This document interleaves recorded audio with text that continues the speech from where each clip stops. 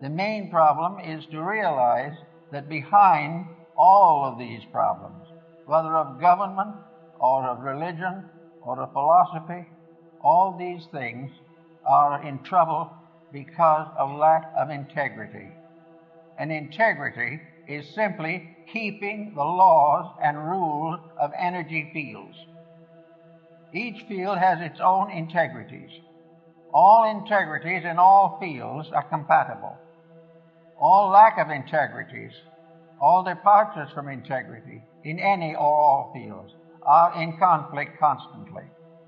The only way the individual can escape conflict is by never abusing the energy factors of his own life. He must never abuse his body, his emotions, or his mind. He must never permit himself to develop attitudes that are incompatible with the integrities which nature has bestowed. The magnetic fields are absolutely honest. There is no possible way of making them dishonest. The only thing we can do with them is to destroy or limit the manifestation of their integrity. If we break the rule, we lose the benefit of that particular energy. When we lose that benefit, we then say that evil has come to us. But it is not an evil thing that has come to us. It is the failure of a good thing to be developed and purified and intensified. Now, the elementary fields, the magnetic fields, are also in a state of constant evolution. They're in evolution in the life of the person. The individual may be born on a certain level of magnetic integrity. If he becomes a better person, he strengthens these values in himself, because actually it is all a matter of gradually strengthening the perfection of an energy resource. Now, no one is going to perfect it in one life or 100 lives maybe, but it's going to grow. And the more integrity grows, the more rapidly the individual becomes harmoniously adjusted to the principle of life to which he belongs. In our world at the present time, we are in a sad state in which practically everyone has broken every conceivable rule. We are living day by day trying to live off the profits from our own mistakes, and this is not really profitable. We are not realizing that this has nothing to do primarily with the theology. This has nothing to do with laws of government. This has nothing to do actually with our legal codes. It has to do with the relationship of energy to its proper ends and purposes. We know what it's supposed to be, we know what it's supposed to do, and we know that it isn't accomplishing that. Now we would say that something we might say as integrity is not a thing. It is something, an attitude. It is an approach to a thing. But this is not really true. Integrity is also a magnetic field. Everything is. Sorrow is a magnetic field. Ocean water is a magnetic field. Everything that has an existence has a magnetic field. It may have one that is not even visible. And the whole of our atmosphere, the whole of the world in which we live, is one mass of magnetic interplays. But as long as these are kept honest, they are all compatible. And a universe in which there was no dishonesty would be free from every infirmity. But it's not possible as yet to achieve to this. But we can achieve to varying degrees of it, and we can exceed and excel the amount we are born with if we decide to stay with it for the very duration of our lives. Therefore, we can look around us and see what constitutes a magnetic field. Let us take, for instance, our television industry, which is in very poor shape at the present time. Television is actually using magnetism. It is part of a world of electronics which we consider now to be simply a physical thing.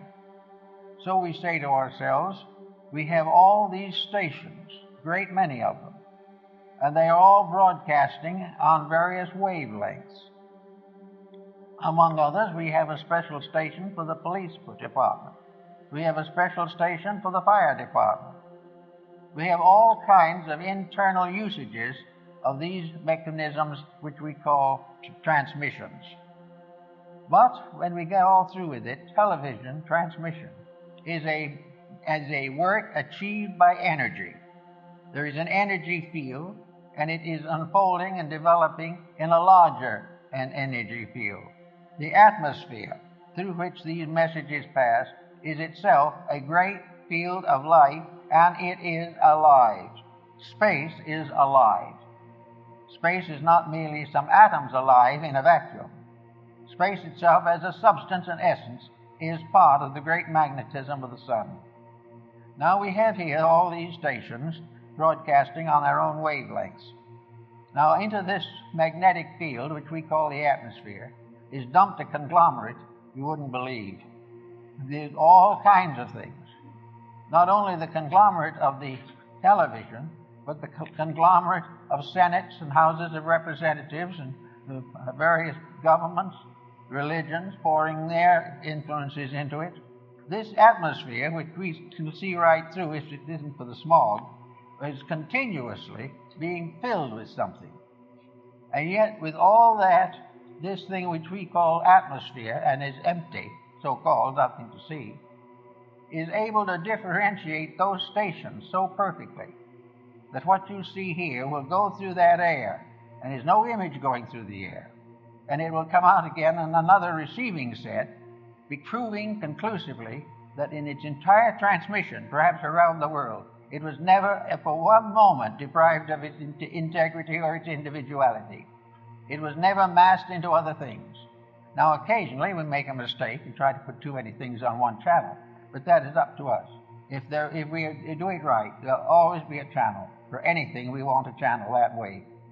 But it will always come through, although it is coming through a medium which we can't see, and at any point along the way there's no program noticeable, no program possible, but at a proper point, a receiving station can recreate that particular program in all its detail, although it was passed through maybe thousands of miles of so-called empty atmosphere. And all these different channels have never become confused unless we have improperly channeled them. So we have all this proof that there is something out there in space.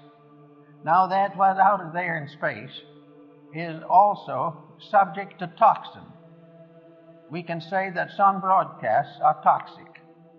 We can say that anything that goes through that space, which by vibratory rate is not good, is damaging not only itself, but its recipients, and is also poisoning the channel. As long as we have corrupt patterns, as long as aggressive commercialism, as long as corruption is indulged in over the airways, we will have magnetic sickness in the air. We will have it in the air, and it will permeate our homes, our families, our governments, and our nations. We will sicken that level through which that particular energy flows, so that the energies that we use for communication have their own sicknesses. They have their own vibratory rates. And the problem of the corruption of a communication media does not mean that the individual will have a complete collapse of his system. It will mean only that that part of his system which is turned into that community medium will be damaged. He can go right on, go to church, and build up that one. For in the meantime, however, the television is tearing down another energy field. Now, as you tear down these energy fields, which most people don't even know exist or believe in, you are also opening yourself to all kinds of sickness and also all kinds of moral energy decay. You are opening yourself to the corruptions of the life principles which are necessary to maintain you. The moment you damage a level of integrity in your own magnetism, that level of integrity becomes sick. The moment that becomes sick, part of the defense against exterior problems is reduced. The only way in which the individual can be really dominated by anything except himself is when he sells out his own energy and becomes negative to other things. He has to relinquish his own integrity before he can be damaged by outside forces. There isn't enough evil in all the world to destroy the integrity of one person. He must destroy it himself, or compromise it, or relax it, or be talked into something. But it has to be his own action. Therefore, the damages are, in a sense, not only moral, but are absolutely just in their actual integrities. And this is the way in which, apparently, as the Chinese noted, the universe creates the concept of right and wrong. This right and wrong is simply a matter of what builds up and what tears down the essential energies upon which life depends. So we have this problem in every field of life. We have it in the narcotics problem. We have it in a large part of commercialism. We have it wherever there is an attitude of putting profit in advance or over integrity. Wherever the individual makes this compromise, he immediately becomes a part of this particular problem. Now we'll take another phase of it. The person is looking with his eyes at something that he sees. He can be reading a book. He can be watching a television. He can be outside watching a horse race. He can be outside watching a golf ball. Whatever he is doing, his eyes are receiving energy.